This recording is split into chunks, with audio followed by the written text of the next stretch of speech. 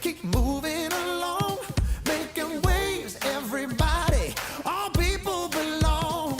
We got a lot of life to live and a lot of love to give. We're making waves, no stopping, keep moving along, making waves, everybody. All people belong. We got a lot of life to live.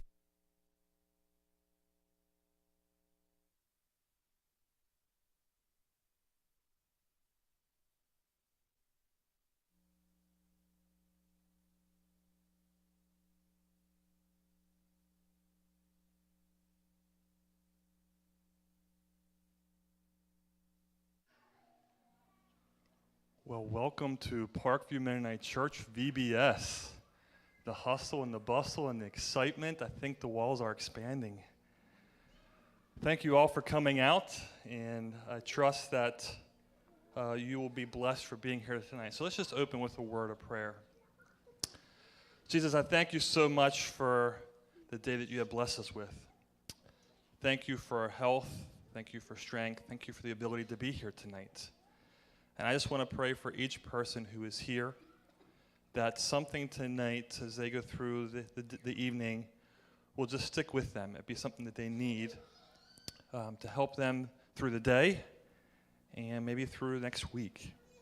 And so we just invite your Holy Spirit to speak to us, and that you would just be honored in him. So this morning, if you were here, you heard a small intro into the story that we're going to have this week, titled The Giant Killer. And it is about a brother and sister, Alex and Bertha, and their mom and dad, John and Susan, and their cousin Constantine coming to live with them. And it's also about a very noble knight by the name of Constantine, who is on a quest for the king. And so I trust that I can do this story justice as we go through it this week. And my wife says, "Are you nervous?" I said, always a little nervous because I don't know what's going to come out of my mouth until it's done. And then it's too late to retract, and then I got to rewrite the story because I messed it up. So tonight we're going to start, and we'll see where we go tonight. Once on a faraway land, there was this very brave knight. Even in his sleep, the knight was always ready for battle. He had a quest for the king. He was commissioned by the king, and he had learned from little on up how to fight for the king. He had many dangerous battles along the way. He had many perilous journeys. But this particular journey took him through the valley of the shadow to the Castle Beautiful. The Castle Beautiful is where the king lived, himself high up in the mountains. On this particular day, Phytus had fallen asleep, resting on the handle of his sword, when there was a sudden touch on his forehead, and it was this bright, beautiful messenger. She had a crown that was glistening in the sunlight, and her name was Wisdom. Wisdom told Phytus to wake up. He was not allowed to sleep on the enemy ground, and he was to look to the north. And so Phytus stood up, and he looked to the north, and he saw a big castle. And he turned to Wisdom, and he said, "Is that mine?" And Wisdom said, "No, that is not your own fortress, but it is the fortress of the giant named Sloth. And this is the hour, Phytus. If he is not slain by the time the morning sun crests the mountain, he will escape your pursuit. So onward, Phytus, onward." Phytus argued with Wisdom, "But I'm tired. I'm weary from my travel. Just one more hour of rest, please." "No," Wisdom said. "Go now or go in vain." Wisdom told Phytus, "If difficulty or danger arises, and if doubt rises in your mind, all you have to do, Phytus, is just breathe on the handle of your sword, and I will be by your side. Phytus, you must defeat the giant Sloth before the clock strikes 6. If you fail, the future will find him an even greater foe against you. You have trained for years. Your own father had died on this voyage. Phytus, it's time. But as you go, Phytus, remember the rules of the sword. Never use your sword for an unjust cause. And never use a sword against your fellow man, only against the giants of sin.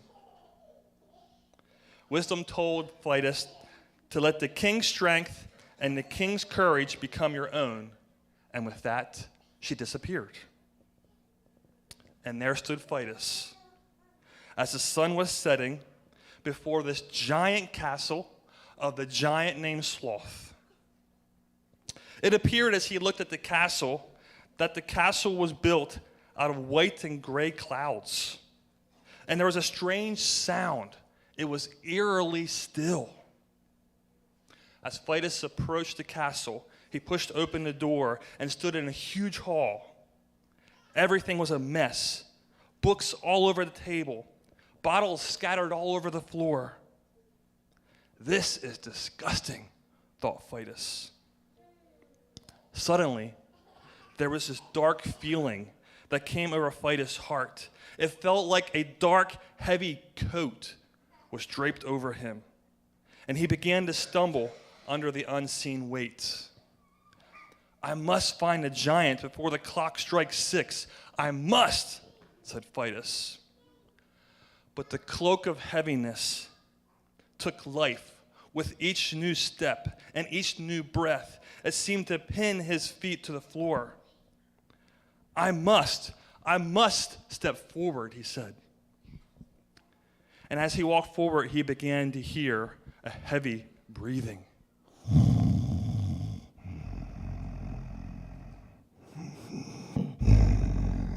What do I hear? The giant. And at the end of the hall, there seemed to be this web. It was a thick, dark, heavy web covered in dust. And behind the web was a curtain. And behind the curtain was the giant named Sloth. He was an immense beast. He was half sunken in a heap of feathers. And the sound of sleep was loud as he snored.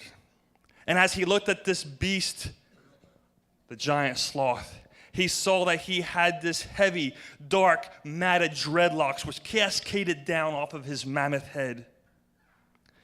Phytus lifted his sword and he struck the web to get to the giant. But each blow seemed as if the web was striking back at his heart, like there was electricity in it. And as he was swinging his sword at this web, he noticed that there was a beam of sunlight that shone through the door just above the giant's head, and it shone on a huge clock. The dials of silver and of pure gold. It was almost 6 o'clock. I must break through. I must, said Phytus. Because you see, the battle before him was also a battle from within. The giant Sloth. And so as he was swinging at this web, he says, I beseech you, O king, I beseech you for your strength. O king, I beseech you for courage. And he took one last swing at this web, and finally, Phytus was through, just as the giant Sloth woke up. My brave friend, there's no need to fight. Lay down your sword and enjoy the sweet rest that you so much deserve. You are no friend of mine, Sloth. Are you not to love your enemies? My assignment from the king is clear. And suddenly, the giant Sloth took a deep breath and exhaled. Phytus was surrounded by a lavender mist that could not be seen, but it caused him to go into a deep sleep. As he fought this sleep and tried to wake up, he said, I must breathe upon the handle of my sword. I need wisdom. But this sleep of death was drooping over him, and he slumped to the ground, dropping his sword. I will never, ever see the castle beautiful. Ha ha ha ha ha! The giant Sloth laughed. I can fight no longer. I am finished.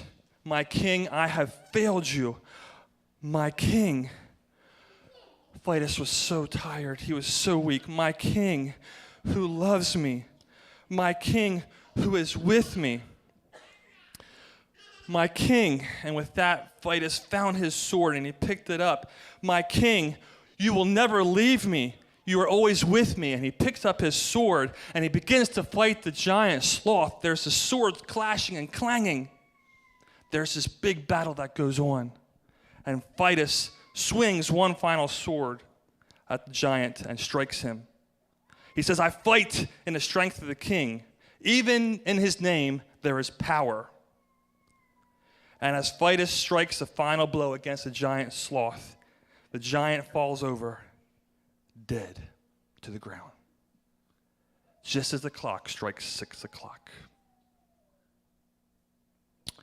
And that, John says, the Father, is the end of chapter 1. His son, Alex and Bertha, couldn't hardly have it. Dad, you have to keep reading. You can't stop now. No, it's time for bed, John says, because tomorrow your cousin Constantine is coming to live with us. Dad, Bertha says, I'm worried about that boy coming to live with us. Not all boys are as nice as Alex. Alex says, well, actually, I'm looking forward to Constantine coming because I always wanted someone to play ball with, to go on hikes with, to help with the barn chores. Dad says, you'll need to understand that Constantine comes from a city. He's well-to-do home. It's going to be hard for him to live in our humble cottage. But we need to go to bed because we need to prepare to be able to face the giant sloth tomorrow morning. The next morning, Constantine was on his way to his cousin's house. His driver, Edgar, was driving their carriage, and Edgar didn't really have a whole lot of respect for Constantine. In fact, he liked to harass him. And so he would find all the potholes to hit just to make Constantine bounce around in the back of the carriage. And so Constantine was constantly fussing about how bumpy the ride was. As they arrived, the driver tells Constantine, here we are. Look at the little cottage, Constantine. Look at the thatched roof. Look at all the stuff that's around here, which wasn't very much, but he was trying to fight Constantine. He says, it reminds me of the cottage of Snow White and the 7 Dwarfs.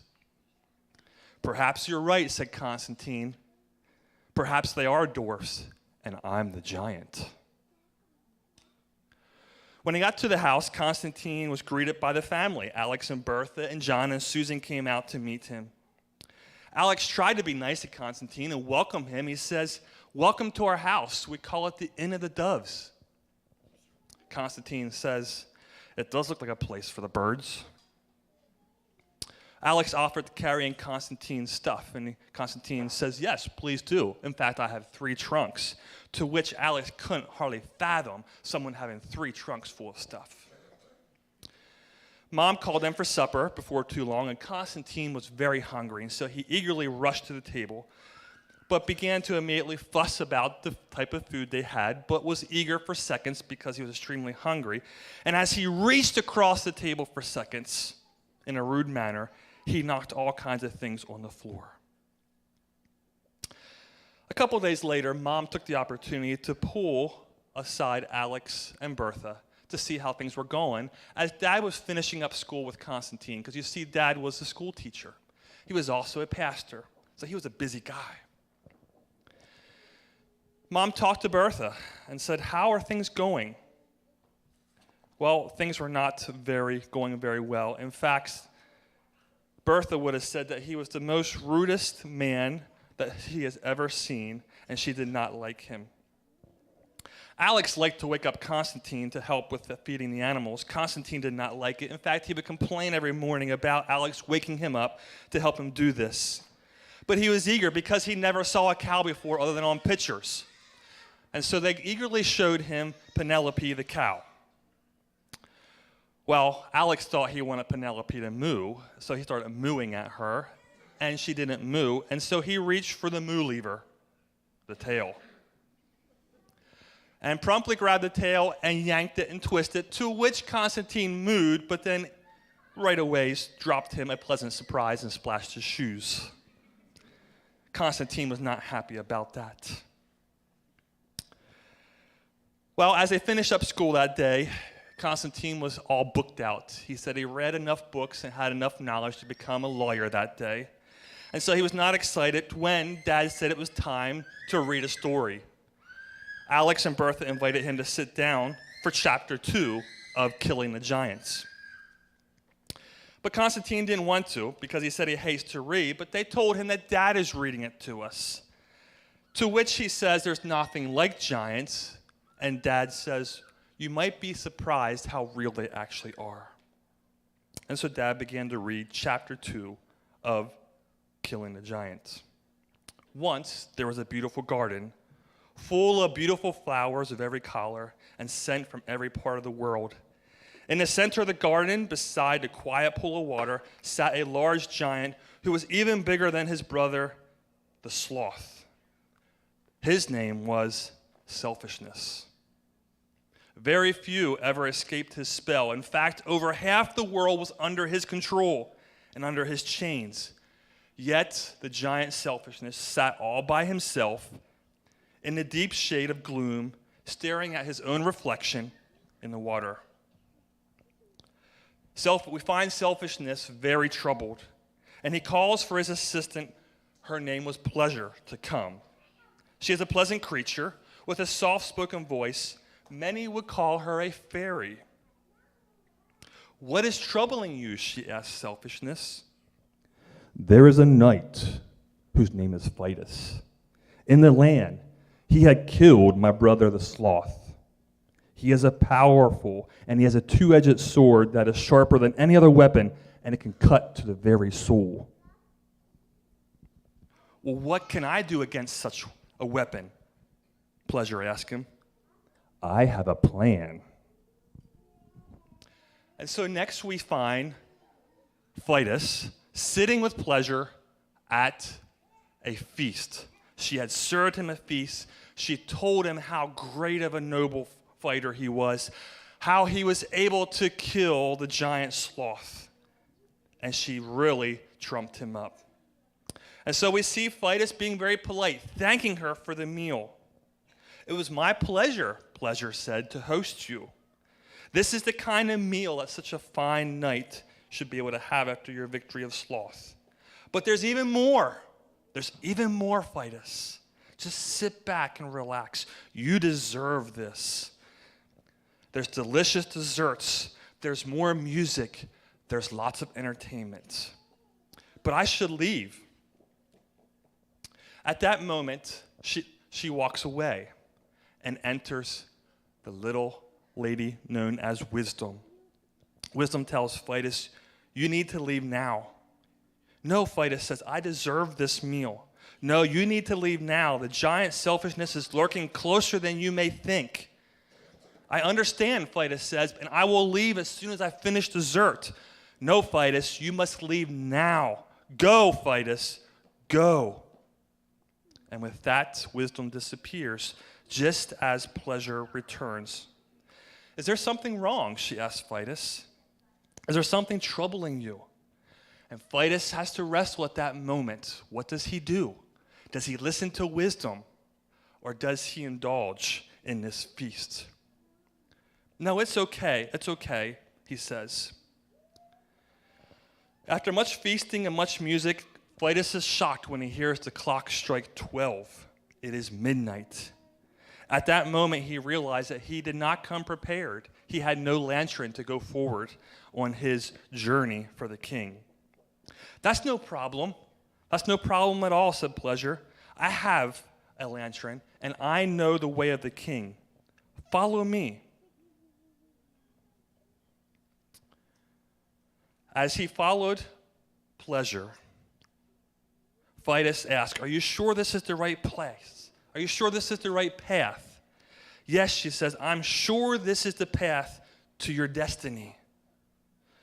To my destiny, Phytus says.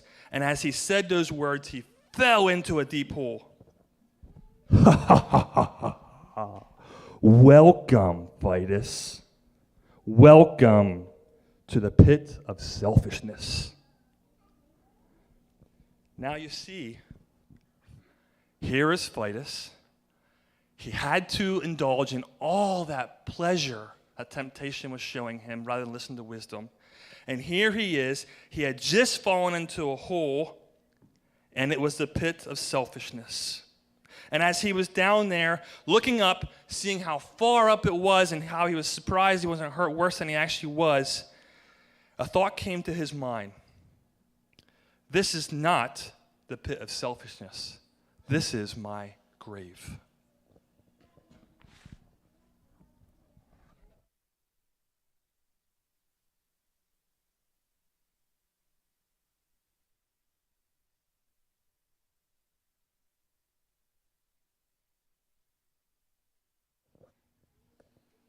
All right, thank you, Matt. Children, are you going to come back tomorrow night and find out what happens to Vitus? Huh? That's awesome. I'm excited. I can't wait. All right, welcome everyone to Bible School 2022. Not a lot of instructions for tonight. When I dismiss, you will follow your transporters to your teachers, and transporters will be staying with the class the duration of the evening. Offering this week is going to be for the park here at Reamstown. We do like to use the park. The park is in the hands of the people now, so we need to support them, and I think this will be a good opportunity for us to do that. So come prepared tomorrow night, with Monday night and Wednesday night.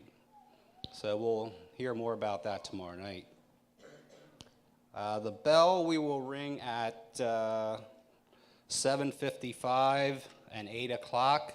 We would like everybody seated back here in the auditorium by 8:05. So if that's all clear, if there's nothing I missed, we will dismiss for class now. So the teachers can go if they're in here. And 2- and 3-year-olds are dismissed.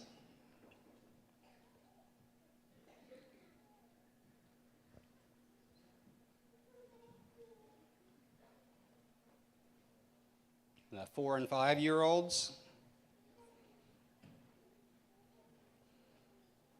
Also, I wanted to say 7th and 8th grade, you will follow 6th grade to their class. K through 2.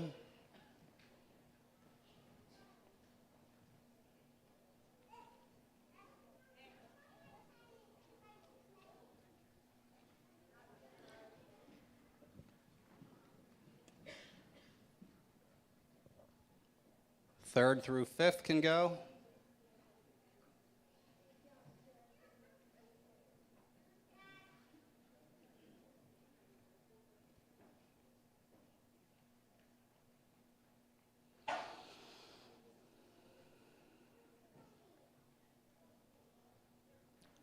Looks like a good crowd tonight.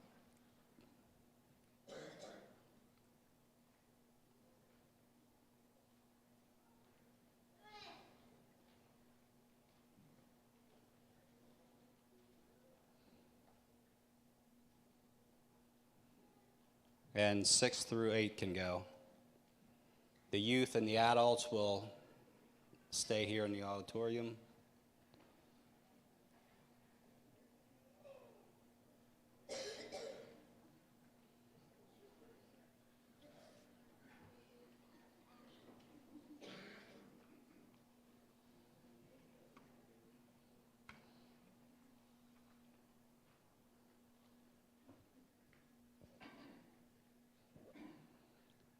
If everybody wants to, I don't care if you want to fill in the middle benches here, make Raymond feel more welcome.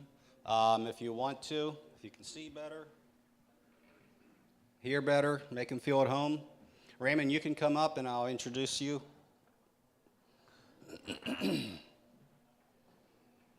A lot of you know Raymond Brubaker. I'm sure some of you have heard him speak before. Raymond is a good friend of mine.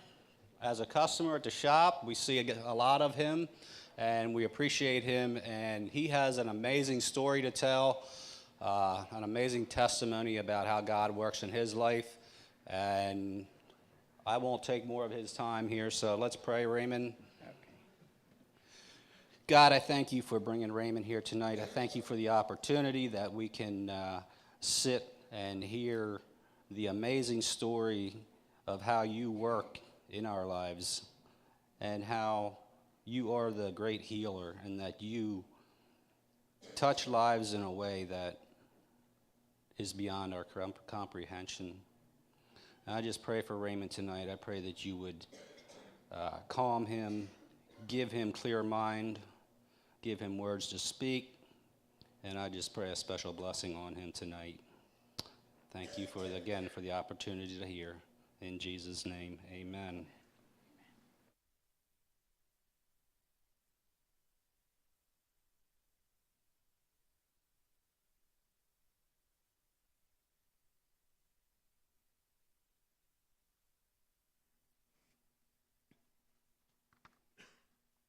Okay. Guess it'd be easier just to cut a mic. Okay, there we go. All right. Some of you have known me and my family. We've adopted 4 children, and they're dark. The oldest is Mystique. She's 17, and her mother had a set of twins 5 years later and wanted my daughter and Darla to come, my wife Darla, at the birthing C-section. So we couldn't keep from not adopting them. I think Darla and Shelley, my daughter, were the first to hold them. And there's a deep bond there, I can tell, as they grow. They're now 12, and Mystique's 17. Then there's a little girl, Maria, that's from another mother. And she's was premature on monitors. I could have laid her on my hand with the head up here and the feet down here years ago. She was a marvelous miracle that God put together. And we just couldn't pass that up to get her to our family. We were asked to take care of her for a while. So that's the extended family. And Randy and Crystal Brubaker, I think maybe her parents are here, possibly, I'm not sure. But yeah, and then it's Brian and Rhonda, hi. And then it's Shelley, which is not married, guys. She is 35. She has her own ways set, let me warn you. My dad was a diehard leader, and his name was Paul, okay? So we kind of wished at times we would have named her Paula. Just a joke. Yeah. So then there's Sean and Missy. Sean's a carpenter, and they have, I think, 5 boys. Anyway, as time went on, before all those children were born, in 1996 we were in Russia with Mose Smucker, and he had asked me to come, and it was on VS work over to Kyrgyzstan, Kazakhstan, and so forth. Yeah, so we went there to show the people, show a company, anyway, they made saddles and bridles and so forth. And when we got there, Mose said, he's an expert on that a U.S. made them in the 1920s.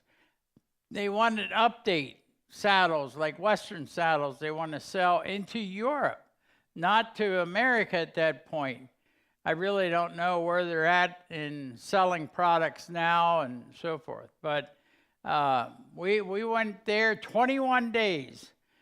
We left our Bibles there. And we had interpreters with us at all times. And that wasn't the gist of the trip, but we thought we could at least, do that much. So coming home, March of 1996, February of 1996, I don't have notes. I told the one person it's when you go through something this deep with God, it burns into your mind. You never forget it.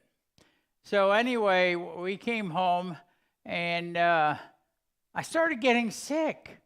And the doctor, Dr. Schaefer of Conestoga Family Practice, was my doctor. And she said, "You picked up a virus over in Russia." Well, yeah, we ate horse meat, So anyway, they said there's something of a virus that you brought along. And so went in for tests of all sorts.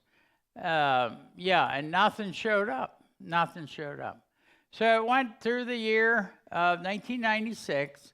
I remember July, Kenny Mole was still living, our pastor, and he always did like a beef or a pork roast or whatever when in July sometime.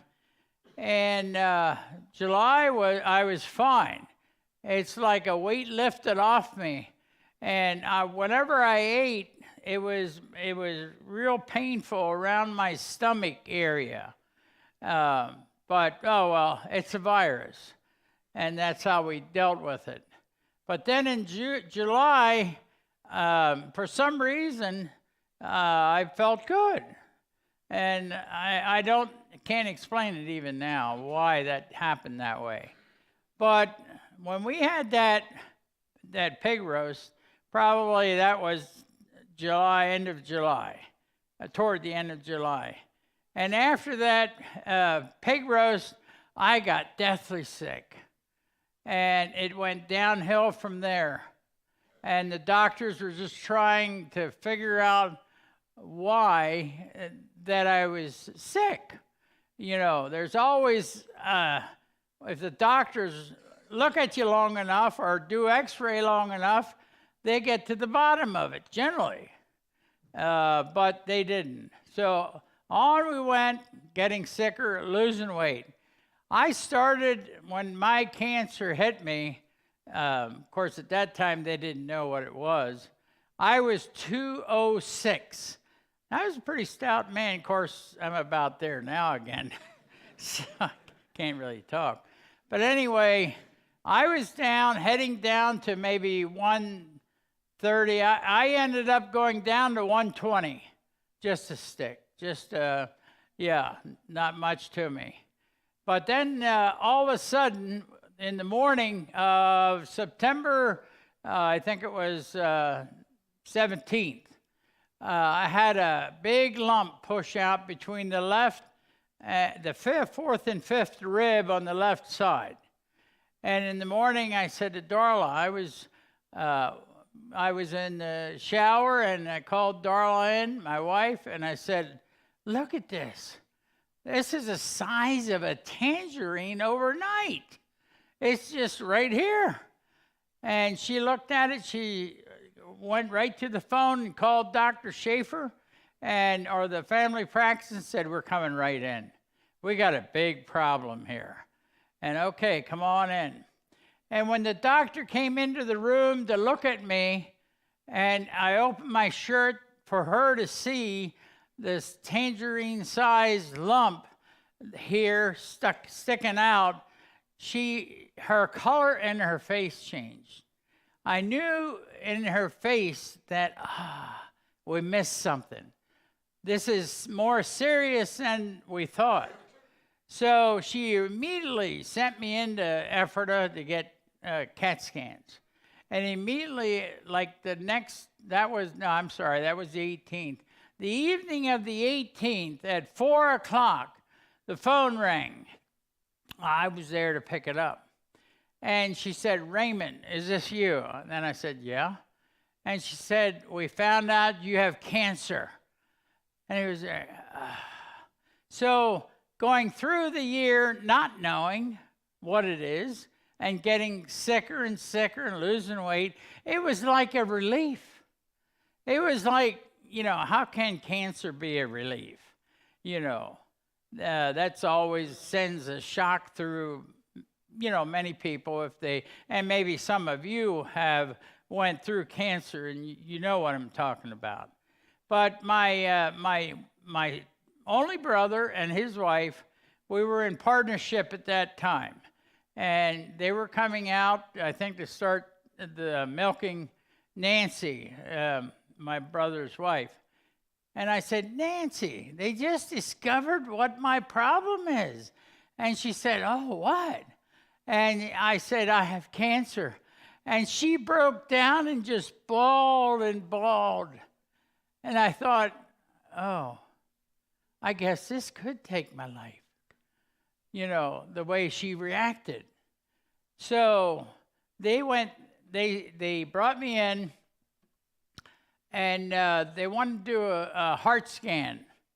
They said, we're going to have to look at chemotherapy and whatever else.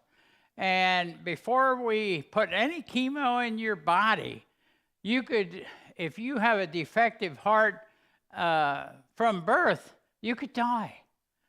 Because it's hard on the heart. And it's hard on the organs also of the body. So we went in and got into the hospital. And they took me back, laid me on a stretcher. And Darla just recently told me again that I look gray, I look sick. Thin, gray, sick. And she said, you went in there. And I laid on the stretcher. They hooked a lot of wires to my chest. And I could see my heart beating on the computer, And then the nurse said, I'll go out of the room and I'll be back in 15. She dimmed the lights. She said, just relax. And when she closed the door, the holy cloud came down over me. It transfixed me. It was like, I never felt something like this. And it was actually God came down over me. And God started talking. Raymond, you've not listened to my call. How many of you guys listen to that still small voice? God doesn't scream at us, right? God doesn't scream. But he will come to you if you listen in the still small voice. And that's what I heard. Yeah, Raymond, you haven't listened to my call. I can heal you, but are you willing to listen to my call now? And with that holiness wrapped around me, I let everything go. Everything that us guys struggle with. All the temptations in the world that maybe I had a little in me. It just left. And I said, God, just take me and use me. I want to listen to your call whenever you call. I want to do what you want me to. And then all of a sudden, this holiness just went back to heaven. And the nurse came in right at that point, took the wires all off. And Darla told me the other few days ago, she said, me and Rhonda, you come in to us, and we knew something has happened to you. You were all gray, sick-looking. Your countenance was shining. You remember Moses at the burning bush, and how he discovered it was God involved here. And when he went up to Mount Sinai, how his countenance was white, glowing, scared. People were afraid of him. Now, I don't think it's quite that bright, but yeah, they said it was quite different from when you went in. So here we got started. They wanted to they took a lymph node out of my throat, the side, and to check what it really is. What type of cancer I'm dealing with? Non-Hodgkin's lymphoma, they said. And you're in stage 4A. In other words, they said you won't live long. They right away, I think it was the next day, they had me coming in to get me started on chemotherapy right away. They said, you won't live long if we don't get you started. So they went right to it and put a bunch of chemo in me. Did anybody ever have chemo put in your bodies? Anybody? No? Nobody? Right here. Oh, yes, Edna. Of course I remember that. Yeah, you would know. And when that happens, you know, sometimes they say it's like a truck running over you. And when they came back in they went through the treatment, and they came in a week later to do the next one, they said your counts are not even as low as they should be. We're going to hit you harder. And, oh, okay. And so they did. They pulled the counts, I think, down to 4 or something. I don't have all that with me. But then I knew what it felt like when truck would run over people, you know. I was just so weak, and, you know, you couldn't do anything. We were on a dairy farm. There's all kinds of things to do. I was very appreciative, thinking back. My son, Rainey, was 16. We were in partnership, and Rainey took my place. I was out of it. I couldn't help. I couldn't do anything. So as time went along, they did all the chemo runs, I think 4 runs of it, and then later coming in to check if my lymph glands or lymph nodes had reduced down to a normal size. They were checking, and they had. With God's grace, God's glory, and hey, I was not the guy that deserved this. I want to tell you right now, here's a girl sitting, and my heart went out to that family. You know, I just, you know, why did God give me a chance to survive? Was often the question. Why did God say, well, one day I went to Harrisburg International Airport, and Darla took me there. We were buying a bus out in Phoenix, and I was going to fly out, drive it in. And as I walked up to at the airport where you take your shoes off and you put your watch and whatever else in the gray tray and they x-ray it. And I went down to do that, and there was a lady right across the little conveyor, the rollers, and she said, "I've been waiting on you. You finally arrived." Had a big smile, had like airport security clothing on. I was, you know. And then she said, "You're the chosen one." And I often struggled with that, you know, going out through, driving. But then what I did, I moved on, and there's a lot of people waiting, and moved on and to go through the body scan. And I looked back, there was nothing there. It was an unawares angel straight from heaven passing that message to me. And later, God brought it to me. You're the chosen one to go through the trials of life that you endure. You're the chosen one that I chose because I knew he knew I'm going to be standing in Parkview tonight. He knew that. That's why I believe that God could turn my life around and not look for monetary gain of this world. And that's all right, guys and ladies. We have to, work and support the children and so forth, and pay the house, whatever. But to have our goal on buying better tractors, bigger tractors, combines, and so forth, that was where I stood. But God used that to redirect my goal.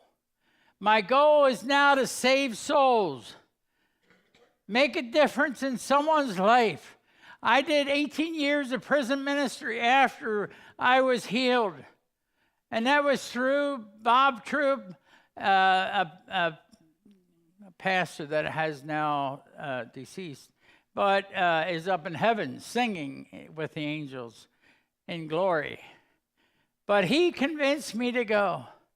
And I thought to myself, they deserve why they're there. Why am I going? But Bob said, just come. Just come.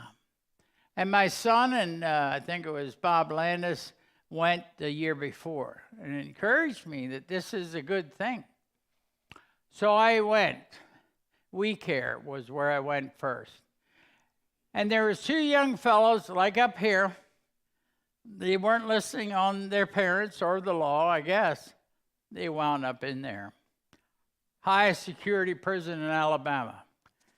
And as I talked to them and was led by God to share, he gave me words to share.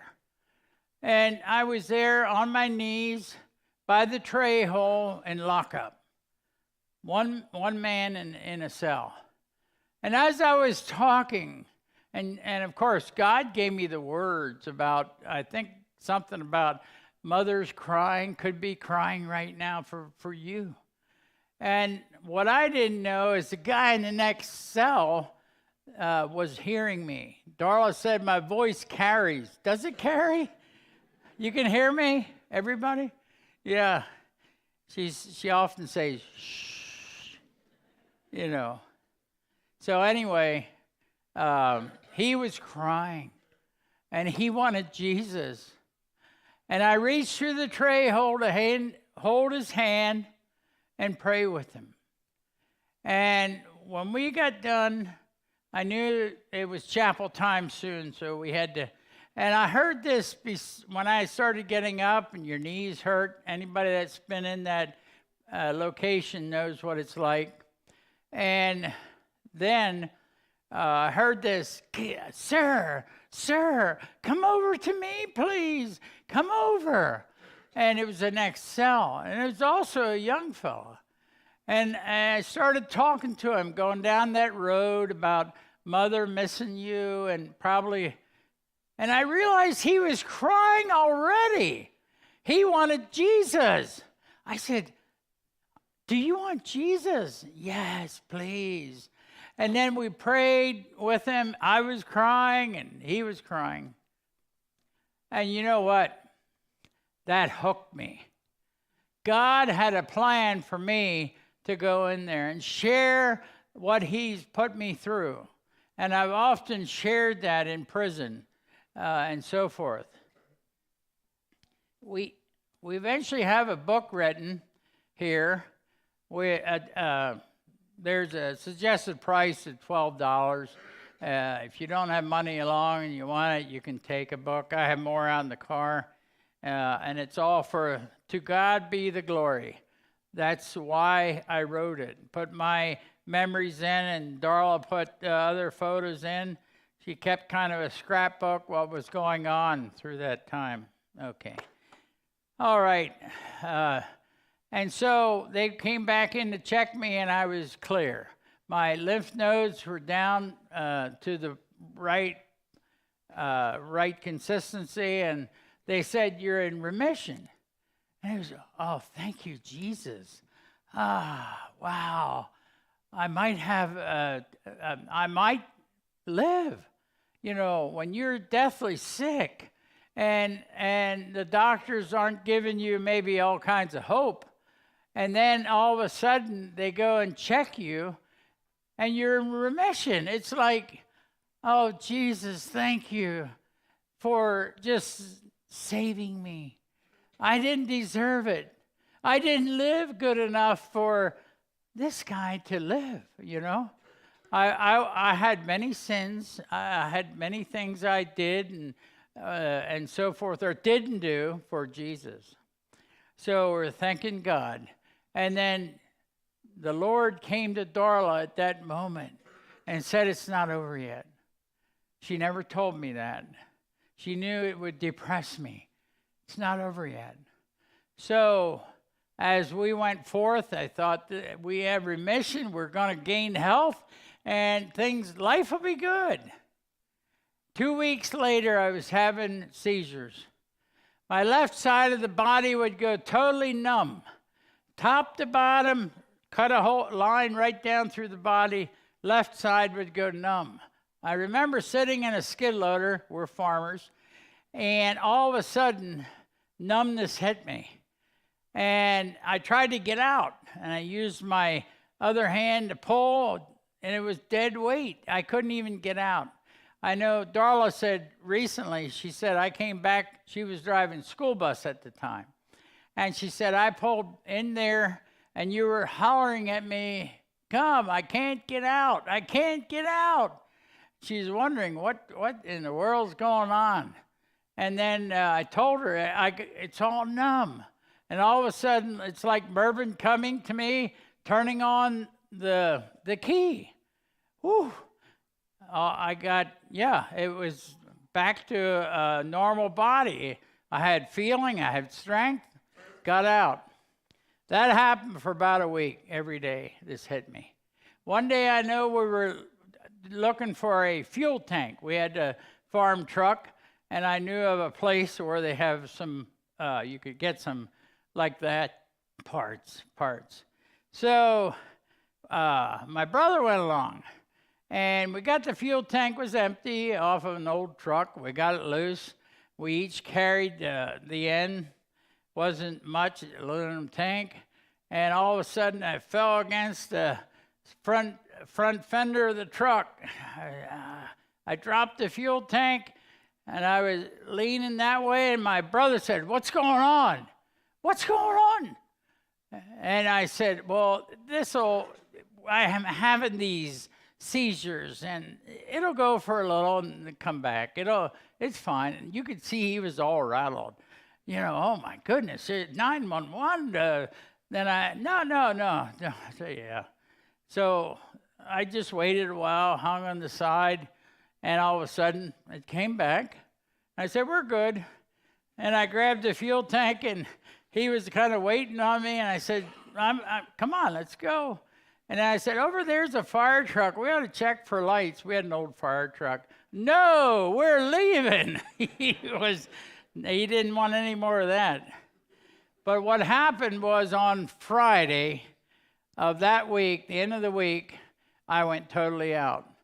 I told my son, Randy, he was in the feed room, I said, get me up to the office right away. There's something coming over me.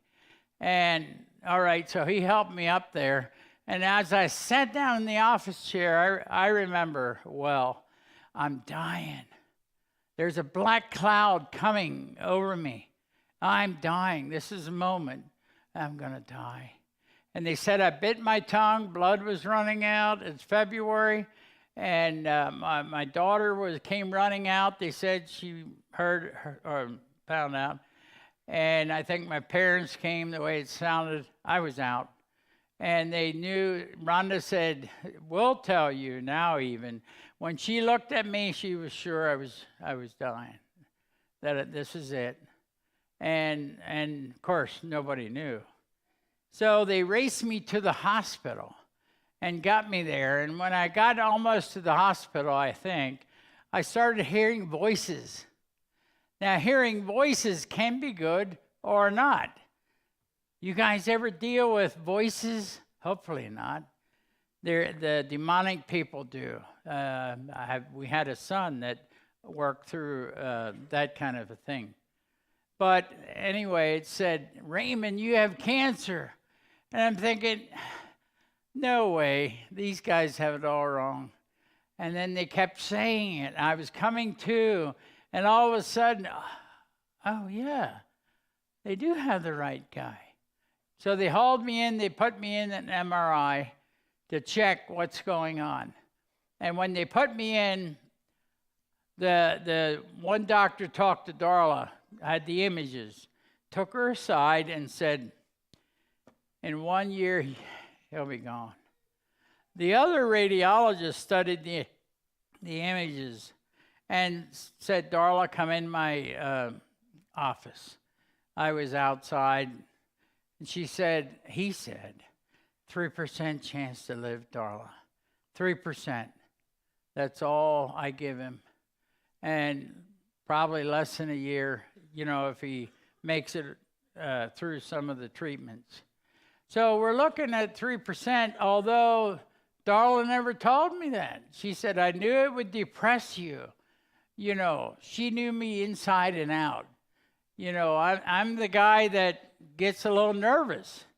I don't know, some years back, I would have never walked in front of you all and talked, way back. That was not my thing. I get nervous or whatever. And God helps me to work through these, coming to churches. I've been in youth groups. I've been in churches in Ohio and all over. But I think it's the Lord's will for me to do that. So anyway, as we were going on with that, they wanted radiation to the brain and right across the eye, and of course, chemo up the spine. They said that floods your brain. The chemo and your spinal column is like one compartment, they explained to me. So as I got in there for the first round of chemo treatments, he got me to lay on a stretcher. Now, naturally, a stretcher is higher than this, maybe up to here. Got me to lay with my feet dangling down off of the stretcher. And then I noticed, just by looking back, he's coming at me with a long needle. I said, that ain't good. I didn't appreciate him to come with something like a gadget like that. And so he said, relax here. He shoved that needle right up my spinal column and hit my main nerve. It was like a shock. I went into a shock. My body just got stiff.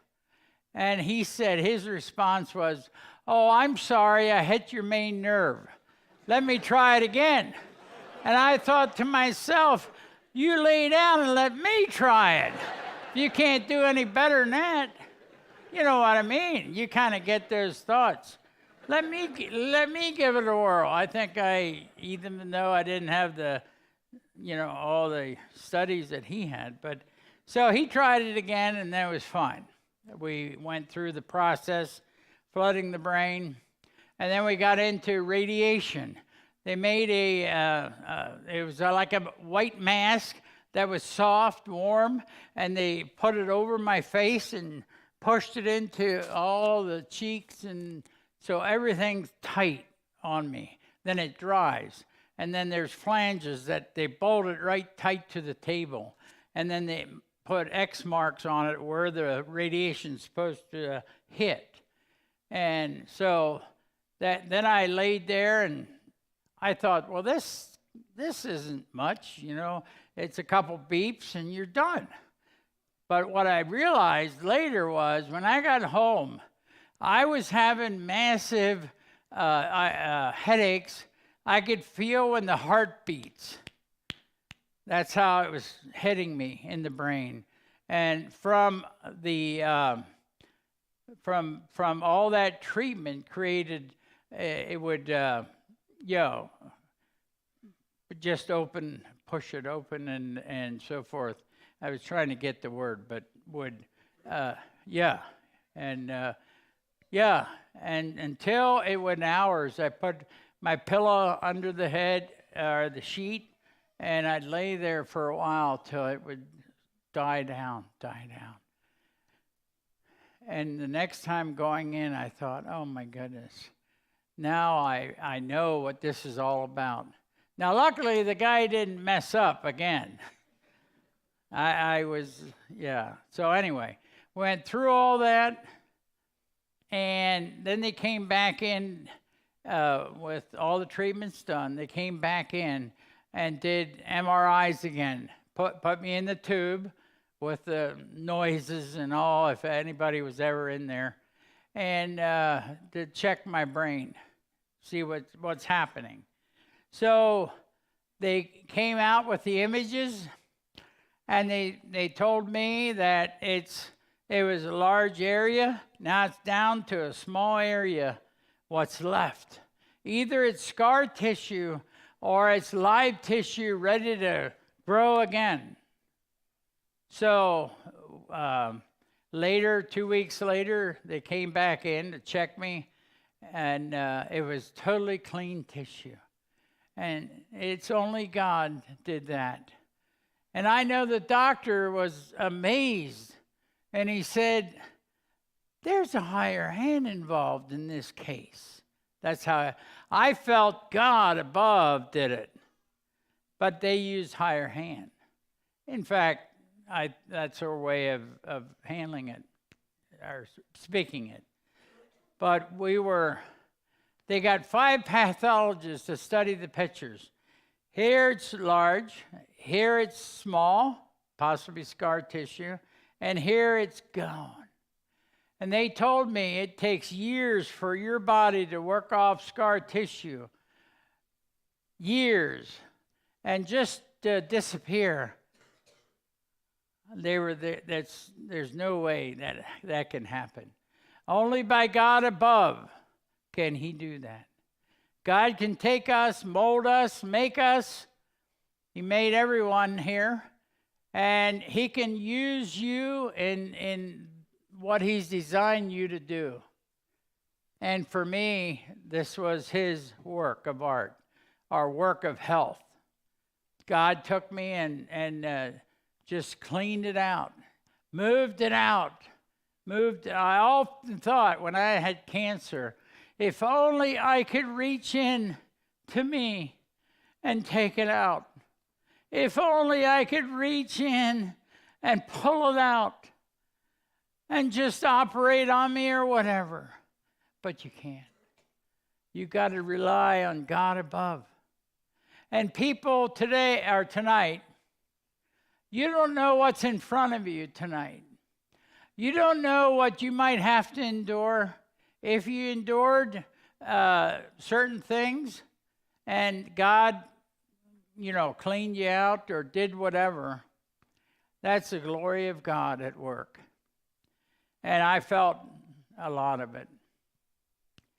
So, okay, now, when my first treatment came all over the body, the hair left, and I was like a brownish guy, hair color. And when it came back before the treatment on the brain, it was gray and bristle brush gray. Darla told me later it was awful. It looked awful. We share each other's feelings, You get to know your partner, or your life mate, or whatever, and it's good to share from the heart. So anyway, when I went through the treatment of the brain and everything, the hair all fell out. And then 2 months later, I started getting severe pain in my side. And here the hair was growing back baby soft. Just, according to her, it was the best crop I ever had. So, anyway, when they took me back in to check what's going on, did CAT scans on me, and I had severe pain on my side. And the doctor walked down the aisle to us with the paperwork, the images. And he said, you have cancer on your liver the size of a cantaloupe. The size of a cantaloupe. You'll need another miracle healing. You'll need another miracle healing. And it was, oh, my. And so our children were young yet. I would have liked to walk my daughter down the aisle. You know, you have perceptions of what you'd like to happen in your life, you know. And I'd like to see the children grow up. That was before the adopted children. And we're enjoying them now. But, yeah, so we decided to go ahead, move ahead. You know, I could have quit. I sometimes said, Darla, I'm done. I'm done. And she said, you're going to make it. Even though the doctors told her all the percents and chances that I won't make it, kept it in her heart. And she said, you'll make it. You're going to make it. That was, you know, she's a very positive person. And so we went ahead and did all the chemo. And going through that, I felt tired. I felt worn out. And I just often told her, Darla, it's no use. I'm just done. One time I was so thin, I was a little thin and such a thin guy, and she grabbed me and just rocked me like a mother would rock a baby. And that's where I was. And she said, you're going to make it. Yeah. And so as we went through all the treatment, came back in to check it, see if it's reduced at all. And praise God, it was pure white. It was pure white. God was working. God was saying, this guy I'm going to work with. It's not that maybe you or whoever passes on, possibly. God is working in their lives. I'm no better than anybody. You know, why God chose me. So they said it was perfectly cleaned out. It was pure white is what they told me. So, but he said, listen, you don't have any chance to live. We cannot stop your cancer. It's going through your vitals. We can't stop it. The only chance you have to live is bone marrow stem cell transplant. That was a new deal at that point. Bone marrow stem cell transplant. Our doctors did their training in Penn's University and encouraged me to go there, Penn's University, rather than Johns Hopkins or wherever else. So we went there, and they said you'll have to have, I'm missing out on a lot of things, details. I don't have time for that. But anyway, they said you're going to have to do a collection of bone marrow stem cells. They freeze them, and that's your life right there. And everything else dies when you go through this harsh treatment. So as they put this line in me, in my main artery on the right side, forming 3 leads surgically, coming out, 3 leads, cap, getting ready for bone marrow. And then I went home. They said it would be a few days till they start us at Penn's University. And at midnight, I was running high fevers. I was 102, soon 103, and I was going out of it. Darla threw me on my back and took me down and threw me in the car. She recently admitted to what speed she was using on the turnpike, maybe 90 or 100. So she knew she could get me there before they even get an ambulance to our house. So she rushed me in. They took blood from me, and I was out of it. They said they had 3 doctors or 4 around me. They had a bunch of nurses. They strapped me down. I was throwing myself around and got everything that they have and put on me for later. The nurse said he has high staph infection from something, and my fevers peaked at 106. I should have been gone. And as that was going on, I had no clue what was happening. I was in heaven. I was enjoying being in the city of heaven, in the heavenly city. God placed me there looking at the the saints there. Right in front of me was my great aunt, Magdalene, which had died of cancer. They were singing the song, Just As I Am, without one plea. And I was enjoying that. I was just there, looking at them. A lot of saints in the big room. And then Darla said the nurse said 2 hours to live. He has that curve of time. They were pumping all kinds of stuff in me. 2 hours or I'm dead. And they said at 2 hours I fell limp. And Darla and the nurse were crying and said, he's gone. And they said, Darla said, I walked in to you and put my ear down to your mouth, and there was small breathing. So she looked up at me, oh, there's life. And then she said, I opened my eyes, I come back. 10 days I was running fevers, and finally they sent a doctor from Philly up, and he said, take that Hickman line out of there. And it was infected. It was spitting infection right into my heart and through my system. Yeah. So then they tore it out, put it in this side. And 10 days, it's kind of putting the story together real quick. 10 days of harsh treatment. I couldn't say a prayer. I was so weak. And I couldn't get out of bed, nothing. And then all of a sudden it felt like, sir, can you stand up, please? No? No, okay.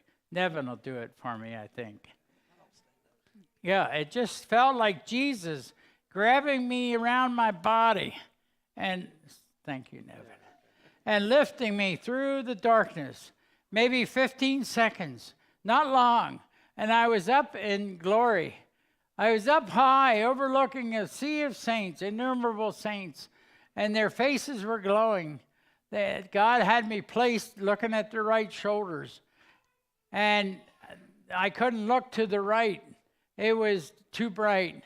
And I saw all the saints, their arms were stretched toward God and singing the Alleluia chorus. Whenever people sing the Alleluia chorus, I start crying. I remember that. The awesome singing in heaven. You'll never know until you get there. The awesomeness of all that. The holiness and peace was cascading over me way beyond words. And I can't tell you in fullness because there's no words for that in the English language. There's no words for that. And as this was going on, I noticed a movement down from me. So I looked down. I don't know how far. It was down pretty far, I guess. And there God placed my grandparents out of the throng of people that I could look at them. They were right there. Their images were just like you guys. They were just like them years ago. They looked 35, 30-ish, but their images were just like God made them. What I remember, I knew them right away. And as I was looking at them, and all of a sudden they looked up at me and gave me the biggest smile, holy smile I've ever seen them smile. And I wanted so badly to go in there. Oh, God, let me go. I don't want to go back to that old world. I want to go in here. I want to come to you guys. I don't want to go back, you know. And it was sorrowful when I came back. But, you know, I had a story to tell. God put it on my heart. And I think I'm running against time, right, Murphy? Yeah. But God healed me. There's so many things happened since that. You know, it was pneumonias I had because my body was so weak. And there was they checked me and put me against to check my lungs. And I have damage on the left lung. But they pushed me out in a wheelchair, and God came to me and said, turn around, talk to the man behind you. quietly. Oh, no, God. I can't. I'm too sick. I can't do this. I feel horrible, God. And that might not even be your voice. And again, he said, Raymond, turn your wheelchair around. You need to talk to the man behind you. And so finally, I unlocked the wheelchair. I turned it and I said to the gentleman, I said, what's going on, sir? And he said, I have prostate cancer. I'm going to die. When I knew I had to come in for more tests, and I got the gun out of the cabinet and I held it to my head, but I couldn't quite pull the trigger. But I want to tell you, sir, tonight I am going to pull the trigger. And God gave me a serenade of words, maybe 10 minutes, I don't know. He listened intently. Is he living today? I don't know. We don't know. I did what God wanted me to do. And when the volunteer finally came to take me to my room, I was crying. I remembered way back, God, I'll listen to your call. And I almost missed it. Don't miss the call. Listen for it. And I'm going to close with that. Don't miss the call. God will call each and every one of you sometime. Maybe in a time you're sick. Maybe in a time that you're under stress or whatever it might be. Just listen for that call, because God will be talking to you as he did me. Thanks for letting me come in. There's so much more. It's in the book.